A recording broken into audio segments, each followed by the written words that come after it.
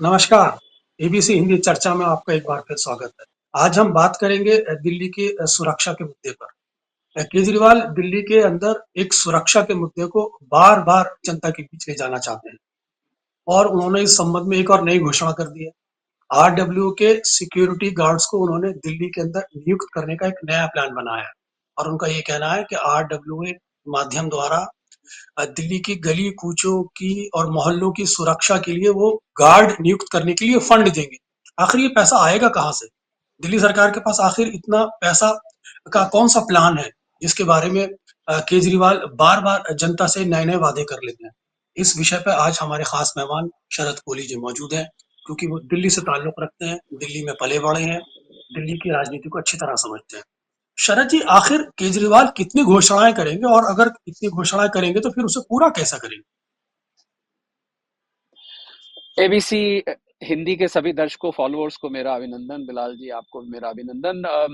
गालिब साहब का एक शेर याद आता है मुझे और उसको थोड़ा सा मैं फेर बदल करके बोलना चाहूंगा आपकी इजाजत से। हजारों घोषणाएं ऐसी कि हर घोषणा पे दम निकले, बहुत निकली मेरी घोषणाएं फिर भी कम निकली। मुझे लगता है केजरीवाल साहब की जो अंदर की हालत है इस बार बहुत डेस्परेट है। और एक अंग्रेजी में कहावत होती है, writing on the wall. Kejriwal साहब को दिख रहा है कि 2015 और 2020 में जो मौसम और माहौल था दिल्ली में, इस बार कुछ मिजाज, मौसम और माहौल बदला बदला नजर आ रहा है। तो इसलिए वो ये आपको नई नई घोषणाएं इसलिए सुनने को मिल रही हैं कि जब उनको लगता है कि मेरे पैर के नीचे से जमीन सरक रही है। ये सत्ता अब एंटी इनकम्बेंसी फैक्टर बहुत स्ट्रांग है। लोगों में जाके जब मिलते हैं तो लोग बड़ी शिकायतें करते हैं। लोग कहते हैं आपने ये नहीं कराया, आपने तो ये कहा था, आपने कहा था वाईफाई हो जाएगी सारी दिल्ली, आपने कहा था जमुना जी के पीछे साथ में बहुत बढ़िया वाटर फ्रंट बन जाएगा, ये बन जाए, बहुत सारे वादे थे। तो लोग वादे याद दिलाते हैं तो अब शर्मिंदगी तो होती है जब आप जाके करेंगे, सामने कैंपेनिंग करते हैं जमीनी तौर पर, तो लोग तो अपनी अपने दिल की बात कहते ही हैं। भले ही बाद में कह देंगे चलो देख लेंगे, वोट आपको दे देंगे। तो वापस आके और फिर लॉ एंड ऑर्डर की, कोई जब वो जाते हैं मोहल्लों में, कोई कहता है एक आंटी जी थी उनकी चेन खिंच गई, कोई कहता है हमारे घर का ताला टूट गया, कोई कहता है यहाँ शोरूम था उसके बाहर गोली चल गई। तो इस बात को लेके केजरीवाल साहब, क्योंकि लॉ एंड ऑर्डर दिल्ली सरकार के अंतर्गत नहीं है, तो उनको अच्छा मौका मिल जाता है केंद्र सरकार को घेरने का कि भाई लॉ एंड ऑर्डर नहीं है तो देखिए केंद्र सरकार अपना काम नहीं कर रही, हम तो अपना काम, हमने हमारे जिम्मे जो था हमने तो वो सारा काम किया। इस बात को वो लेके चल रहे हैं। तो अब उनको लगा कि भाई लॉ एंड ऑर्डर तो उनके हाथ में आने नहीं वाला, जीत भी जाते हैं तो भी।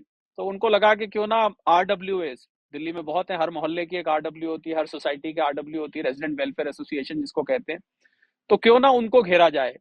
और इस बात को भूल गए कि आरडब्ल्यूएस जितनी भी है उनमें स्वयं बहुत पॉलिटिक्स है। वहां पर प्रेसिडेंट, सेक्रेटरी, ज्वाइंट सेक्रेटरी बनने के लिए वहां रस्साकशी चलती रहती है। तो उन्होंने सोचा कि भाई ये पुलिस तो लॉ एंड ऑर्डर दे नहीं सकती, हम सिक्योरिटी गार्ड के लिए पैसा देंगे। जितनी बड़ी सोसाइटी होगी उस हिसाब से देख लेंगे, जितने लोग रहते होंगे उस हिसाब से देख लेंगे। जब उनसे पूछा गया कि भाई कितने गार्ड देंगे आप, एक दिन का देंगे, एक रात का देंगे, 8-8 घंटे की ड्यूटी की देंगे, एक देंगे, दो देंगे? तो उन्होंने कहा कि इसके इसके मापदंड बाद में बना लिए जाएंगे कि कितनी बड़ी सोसाइटी है, कितनी उसको जरूरत है, कितने उसके एंट्रेंस हैं, वगैरह वगैरह। तो उन्होंने कहा चलिए ये हम लॉ एंड ऑर्डर जो है सिक्योरिटी गार्ड्स के हाथ में दे दे। वो ये बात, इस बात को वो भूल गए कि सिक्योरिटी एजेंसी को लॉ एंड ऑर्डर देने से ऐसा नहीं है कि लॉ एंड ऑर्डर काबू में आ जाएगा। पहली बात तो जिन इलाकों में वारदात हुई हैं, जिन इलाकों में लॉ एंड ऑर्डर प्रॉब्लम आई, उन सभी इलाकों में ज्यादातर में सिक्योरिटी गार्ड्स थे।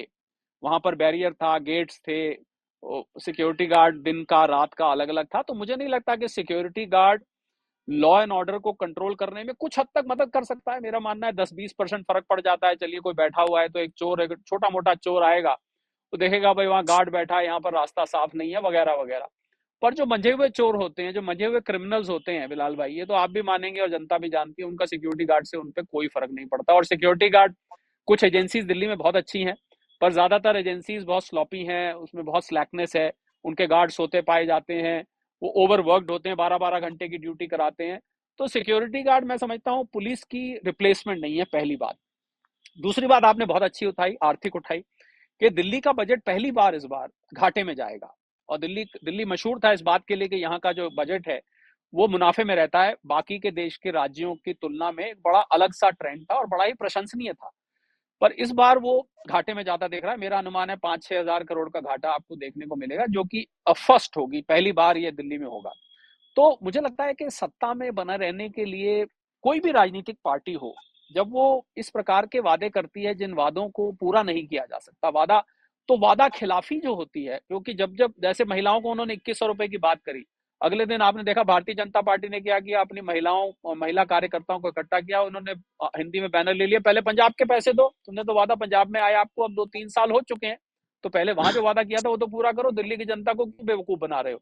तो मुझे लगता है कि ऐसे वादे करने, बार बार वादे करने, आप बहुत ज्यादा भी वादे करेंगे ना बिलाल भाई, तो इसका इसका रिवर्स इफेक्ट होता है, क्योंकि फिर जनता को लगने लगता है भाई ये तो खाली वोट, इनको किसी भी कीमत पे वोट चाहिए, उसके लिए हम चाहे बुजुर्गों की बात हो, महिलाओं की बात हो, आरडब्ल्यू की बात हो, कल को कह देंगे बच्चों को हम स्कूल छोड़ के आ जाया करेंगे, कुछ भी बोल देंगे, तो वादा करने में क्या है, देखिए बोलने में तो कुछ जाता नहीं, आप कितना पूरा कर पाते हैं बाद में क्या आपका, तो मुझे लग रहा है कि इलेक्टोरेट को, वोटरों को ये साथ में जब वो वादा करते हैं, तो एक साथ में व्हाइट पेपर टाइप देना चाहिए। उस व्हाइट पेपर पे क्या लिखा होना चाहिए कि दिल्ली का बजट ये है, टोटल पैसा हमें इतना आता है, मोटा मोटा, टेक्निकल बैलेंस शीट तो नहीं, दिल्ली का आम आदमी समझ पाएगा, ये हमारे पास पैसे बचे हैं, इसमें से हम आपको आरडब्ल्यू के लिए गार्ड दे देंगे, इस प्रकार की कोई साथ में लॉजिक दी जाए, तब तो इसको, मुझे लगता है फिर बीजेपी और कांग्रेस को इसको काटने में भी दिक्कत होगी।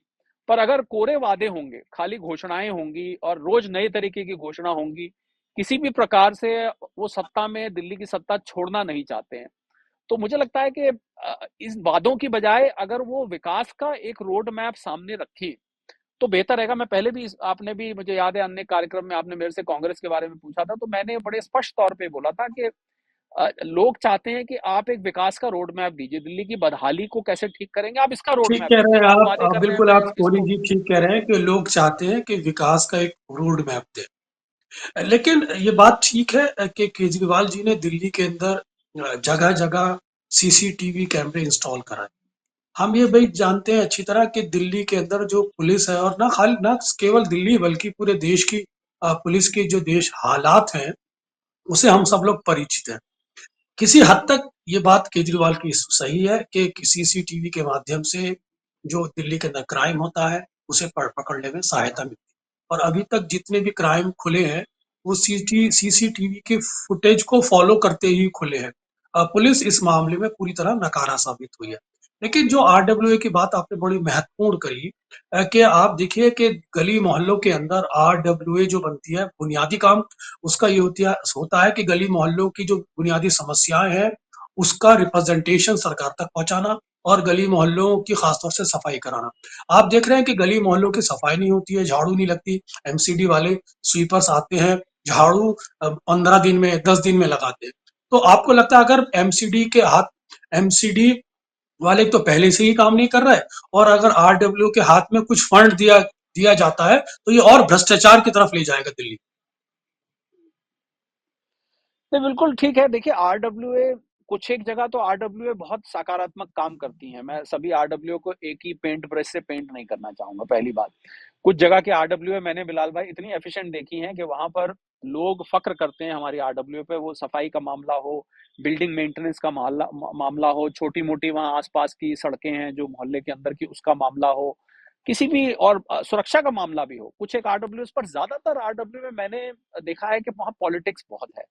वहां पर अपना उसका, उसके अध्यक्ष बनने के लिए, उपाध्यक्ष बनने के लिए, सेक्रेटरी बनने के लिए बहुत सारे आरडब्ल्यू लोग कंट्रीब्यूशन ही नहीं देते। आरडब्ल्यू तो आपको पता चलती है, कुछ तो जो सरकार की तरफ से ग्रांट मिलती है वो तो मिलती है, पर ज्यादातर आरडब्ल्यू चलती हैं जो उसके मेंबर्स हैं, जो उस इलाके के रेजिडेंट्स हैं, वो कंट्रीब्यूट करते हैं, वो अपना योगदान देते हैं, तब आरडब्ल्यू चलती है। अब आरडब्ल्यू, बहुत सारी आरडब्ल्यू जिनके पास पैसा ही नहीं है, वो कहते हैं कागजों पर तो बनी हुई है पर भैया लोग पैसे ही नहीं देते। अच्छा मान लीजिए 100 लोग वहां रहते हैं, तो उसमें से 80 पैसे देते हैं, 20 लोग पैसे नहीं देते।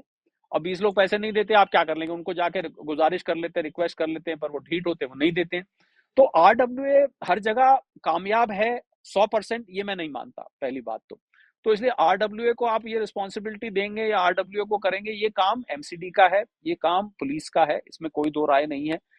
लॉ एंड ऑर्डर का जो है, केजरीवाल साहब ने कार्ड चला है कि भाई किसी तरह आरडब्ल्यू, एक आरडब्ल्यू में मान लीजिए 400-500 मेंबर हैं, तो अगर हम आरडब्ल्यू को अपनी तरफ कर लेते हैं तो वो भाई बोल देंगे अपनी मीटिंग में कि भैया केजरीवाल साहब ने ये गार्ड दिया है, तो आप जब आते जाते, गार्ड तो दिखाई देता है, जो लोग आएंगे जाएंगे तो भाई याद आएगी उनको केजरीवाल साहब की, तो वोट वोट देते टाइम जैसे गार्ड देख के शक्ल याद आई, तो वोटिंग मशीन देख के वो केजरीवाल साहब की याद आ जाए। इसके पीछे मंशा ये है।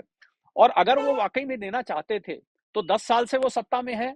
मैं कोई उनके खिलाफ नहीं बोल रहा हूँ, मैं तो एक जनरल एक नागरिक के नाते बात कर रहा हूँ। आपने मुझे एक डेलीआइट बताया और बॉन्ड डेलीआइट, तो 10 साल से वो क्यों नहीं किया? लॉ एंड ऑर्डर सिचुएशन तो बहुत टाइम से खराब है।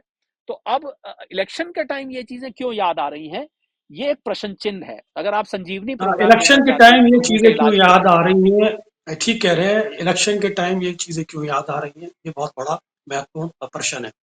और जिस तरह आपने इशारा किया कि चुनाव के समय ये घोषणा करके जो आरडब्ल्यूए का पूरे दिल्ली के अंदर संगठन है, पूरा जाल है, उसे आप पार्टी के एक संगठन की तरह लुभावनी वादे देकर इस्तेमाल करना चाहते हैं।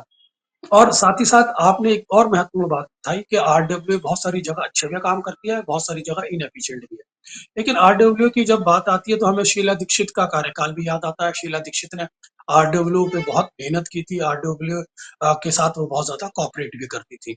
लेकिन बुनियादी सवाल यही होता है कि क्या दिल्ली के अंदर ये पूरा का पूरा चुनाव घोषणाओं पे ही लड़ा जाएगा, वादों पे ही लड़ा जाएगा, या फ्री बीज की रेवड़ी के लुभावने वादे लोगों को पसंद आएंगे? आज बुनियादी सवाल ये खड़ा होता है। साथ ही साथ जिस तरह से दिल्ली की राजनीति बदलती जा रही है, केजरीवाल कभी उसमें जाति कार्ड खेलते हैं, कभी जाट आरक्षण का कार्ड खेलते हैं, कभी वो लॉ एंड ऑर्डर के मुद्दे उठाते हैं। भारतीय जनता पार्टी उसके बरक्स डबल इंजन सरकार की यहाँ पर बात करती है। तो अब देखना यह है कि दिल्ली के लोग इन घोषणाओं पर कितना विश्वास करते हैं, या फिर वो उस वास्तविकता को समझने की कोशिश करते हैं कि दिल्ली के पास इन सब घोषणाओं को या एक साकार रूप देने के लिए पैसा कहाँ है, क्योंकि बजट पहले ही लॉस के अंदर है। और अब हम इन इन वादों को कहाँ तक साकार होता देखेंगे, उस पर मुझे वो शेर याद आ रहा है कि तेरे वादे पे जिए हम, ये जान झूठ जाना। शरद जी, आपने हमारे इस कार्यक्रम में हिस्सा लिया, आपका बहुत बहुत शुक्रिया। एबीसी हिंदी दर्शकों शुक्रिया, से मैं थैंक यू। गुजारिश करूंगा कि एबीसी को सब्सक्राइब करते रहे और अपने कमेंट से हमें नवाजते रहे। धन्यवाद। एबीसी हिंदी न्यूज, आज ही जुड़िए हर खबर के साथ